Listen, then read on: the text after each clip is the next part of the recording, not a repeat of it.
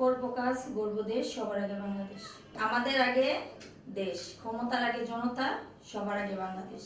যাদের বাসায় বয়স্ক দাদি নানি আছে ওদেরকে আমরা ভোট কেন্দ্রে নেওয়ার জন্য সুব্যবস্থা রেখেছি। ওদেরকে আমরা ভোট কেন্দ্রে ওদেরকে নিয়ে যাব ইনশাল্লাহ। জনগণ যদি পাশে থাকে দানের শীষ জয় হবে। বিগত 17 বছর মানুষ অনেক নির্যাতিত ছিল, ওরা ঠিকঠাক মতো ভোট দিতে যেতে পারেনি ভোট কেন্দ্রে।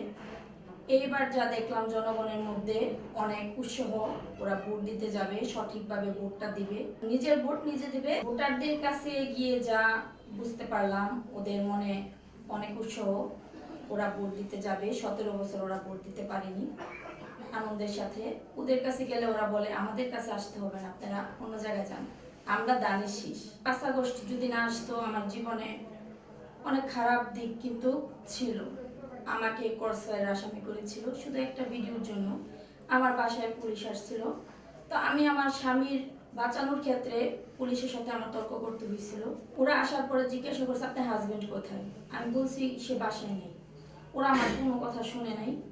ওরা আমাকে ঠেলা ধাক্কায় বাসার ভিতরে ঢুকছে। ঢুকার পরে ও আমার ভিডিও করতেছিল পুলিশটা। তখন আমি ক্যামেরা অন করে বলছি আপনি ভিডিও করতেছেন, আমিও ভিডিও করি। তখন সে আমার সাথে অনেক খারাপ ব্যবহার করছে। তখন ওই কথাগুলোর মধ্যে একটা কথাই ওদের বেশি লাগছিল যে মানুষের অভিশাপ নিয়েন না, কারণ বিএনপিদের কোনো দোষ নাই। ওরা কি করছে? ওরা তো কিছুই করে নাই। ওরা রাজনীতি করে, মানুষ দুই পক্ষ করতেই পারে। এই সমস্ত কথা নিয়ে ওদের সাথে অনেকই হয়েছে। পুলিশটা আমার সাথে অনেক খারাপ ব্যবহার করেছিল। পুলিশ আমাকে এসে জিজ্ঞাসা করলো আপনার হাজবেন্ড কোথায়। আমি বললাম ও বাসায় নেই। ওরা বলছে, আমি বলছি কেন আসছেন? ওরা বলে ওয়ারেন্ট আছে। আমি কিসের ওয়ারেন্ট? বলে ওর নাম মামলা আছে। আমি ওর নামে তো কোনো মামলা নাই। ওরা বলে কেন আপনি জানেন না আপনার হাজবেন্ড বিএনপি করে? আমি বিএনপি করে তাতে কি হয়েছে? ও তো সব মামলাতেই জামিনে আছে। কয় আপনি কি জানেন আমি আমার হাজবেন্ডের সমস্ত মামলা আমি দেখাশোনা করি।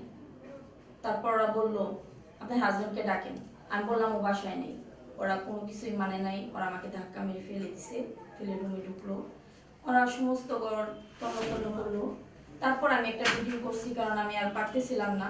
একটা ভিডিও করলাম। ওই ভিডিওটা ভাইরাল হয়ে যায়। 20 জুলাই গাজীপুর বড়বাড়ি আমার হাজবেন্ড আন্দোলনে ছিল। তারপর আমাকে অনেকেই অনেক হুমকি দিছে যে আপনার হাজবেন্ডকে কুচি কুচি করে কেটে ফেলবে। তখন ওকে আমি আর বাসায় রাখি নাই। তাও সে আন্দোলন চালিয়ে গেছে। আমার কথা তো শুনবে না। সে বিএনপিকে ভালোবাসে, ওর রক্তের সাথে বিএনপি মিশে গেছে। 21 জুলাই আমার বাসায় ফুল পুলিশ টিম আসে আমাদের খুঁজতে। পুলিশ এসে প্রথম বলল রুবেলের বউ কই, রুবেলের বউ কই। আমি না জানি রুবেল বাসায় নেই, রুবেলের বউ কই, ওরা যদি পাই একটা গুলি করব। আমার শ্বশুরকে খুঁজছিল। আমার হাজবেন্ড তো বাসায় নেই, ওরা জানে যে ও থাকবে না বাসায়, আমাকে খুঁজতে আসছে। আমাকে পায় নাই। আমার বাচ্চাটাকে ওরা মারছে। আমার বাগিনাদেরকে ধরে নিয়ে যায় অ্যারেস্ট করে। তারপর ওদেরকে যেভাবেই হোক ছাড়ানো হয়। পুলিশ এসে বলছে রুবেলের বউ কই, ওরা যদি পাই একটা গুলি করবো আগে।